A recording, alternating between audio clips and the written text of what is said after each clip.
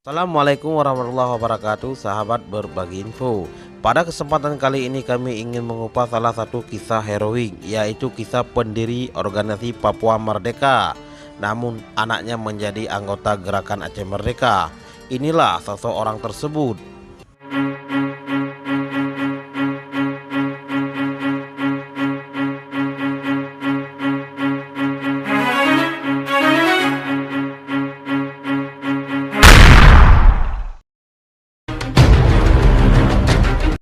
Konflik Aceh sudah berakhir damai di Helsinki 14 tahun silam.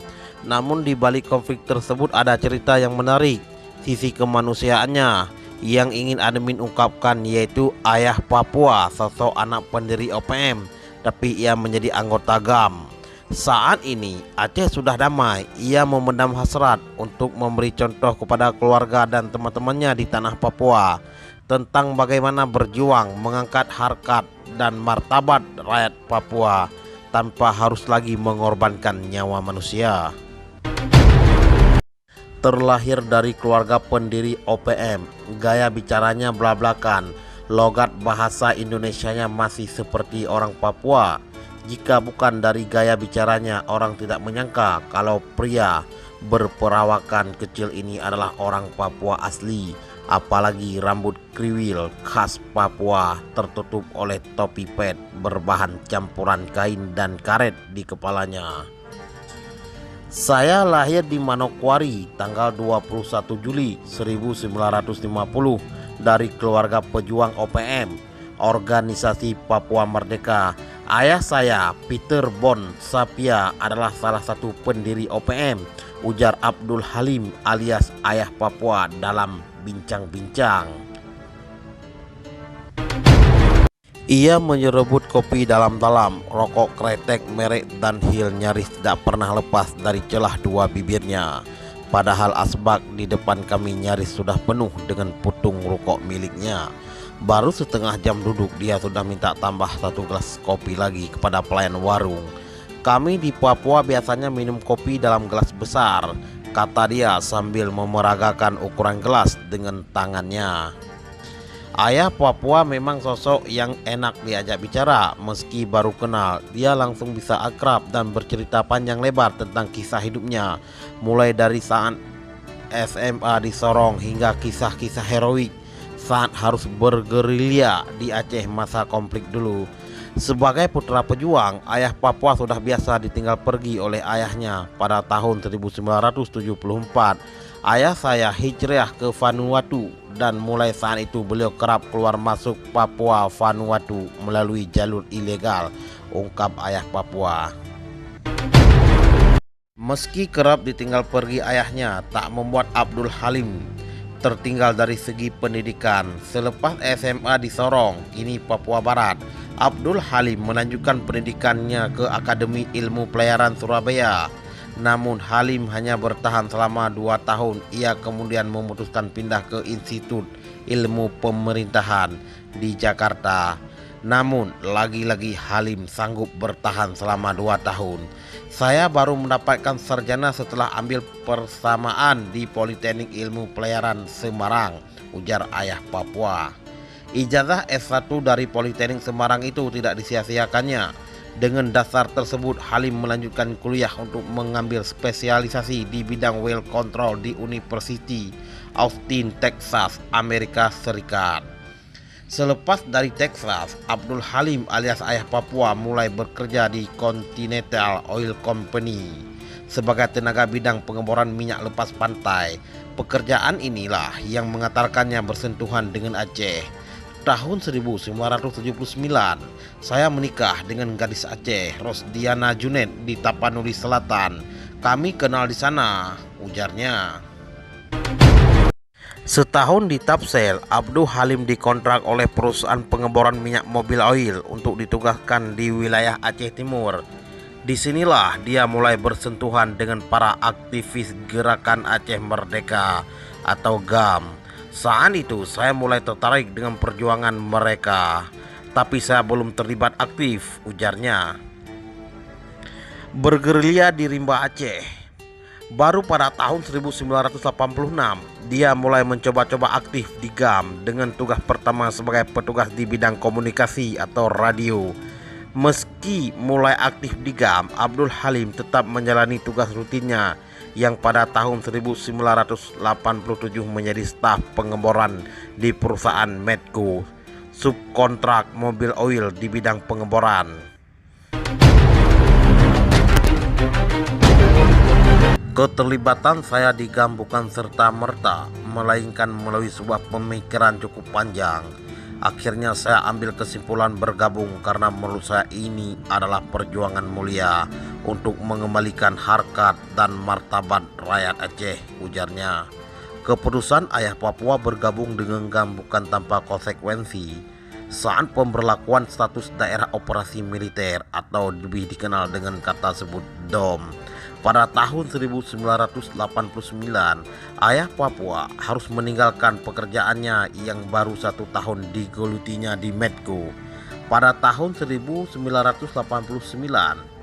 saya berhijrah ke Malaysia dan baru kembali menjelang 1 tahun pencabutan status DOM 1998. Setelah status DOM dicabut, kami kembali aktif membangun kekuatan dengan di bawah komando Anafiah Juluk. Sejak itu, sebagai kisah heroik dialaminya, sebagaimana perjuangan ayah Papua jarang berkumpul dengan keluarganya, kondisi ayah Papua CS semakin terjepit saat pemerintah RI menetapkan status darurat militer pada tahun 2003. Saat itu kami kerap keluar masuk Aceh. Kebanyakan dari kami membuat basis di Kerinci, Jambi. Banyak dari teman-teman kami meninggal di medan perang. Alhamdulillah saya masih dilindungi hingga bisa menikmati perdamaian saat ini.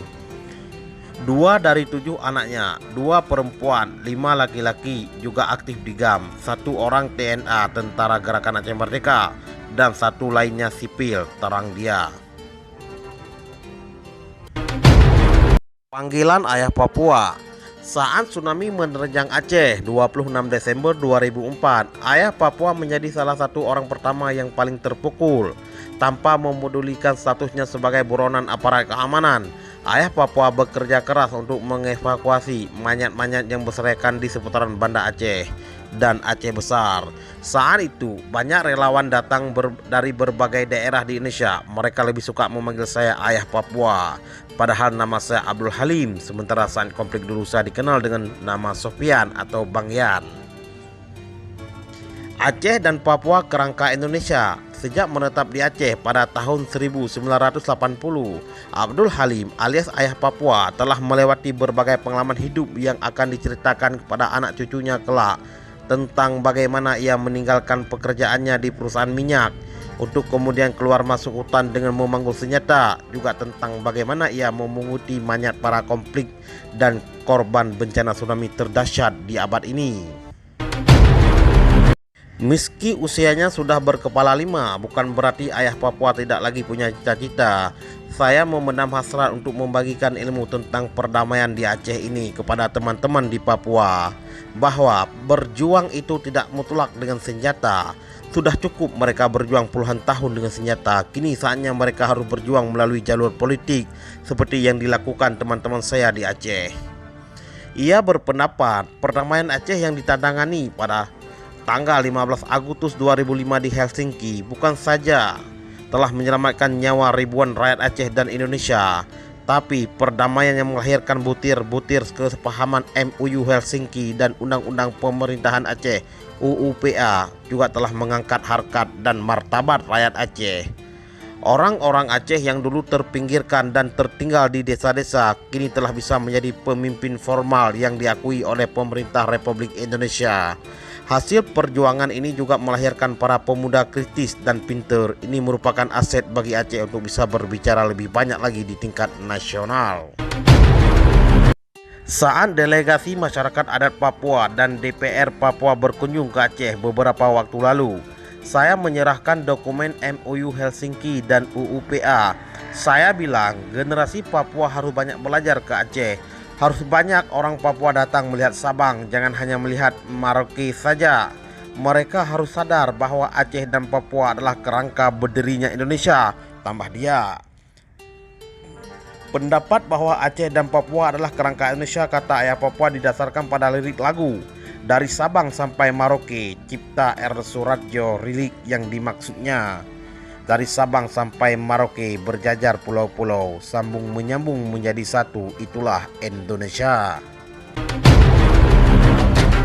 Dari lagu itu jelas bahwa pemilik Indonesia sesungguhnya adalah Aceh dan Papua, yang lainnya numpang. Makanya saya selalu bilang, kalau mau memperbaiki Indonesia maka perhatikan dulu Aceh dan Papua. Selama ini pemerintah hanya membangun wilayah tengah saja, sedangkan kerangka atau Aceh dan Papua diabaikan. Apa tidak hancur bangsa ini? Ujarnya penuh semangat. Atas dasar itu pula, saat ini ayah Papua sedang mencoba menjajaki memfasilitasi perdamaian di Papua melalui Interpatch, lembaga yang hingga kini masih mengawal perdamaian di Aceh. Dia akan mengajak para pemuda Aceh untuk menurun ilmunya kepada masyarakat Papua. Mereka, warga Papua, harus meningkatkan harkat dan martabat bangsa Papua. Tidak hanya sekedar berani mati, kalau modal nekat sudah dimiliki pejuang di Papua. Sekarang tinggal dikombinasikan dengan ilmu politik yang mumpuni, katanya. Lalu apakah kondisi Aceh saat ini sudah cukup ideal? Belum, masih butuh perjuangan panjang, tapi saya pikir Aceh sudah lebih baik daripada Papua. Saya pikir yang perlu dilakukan di Aceh setelah proses reintegrasi selesai adalah regenerasi secara perlahan.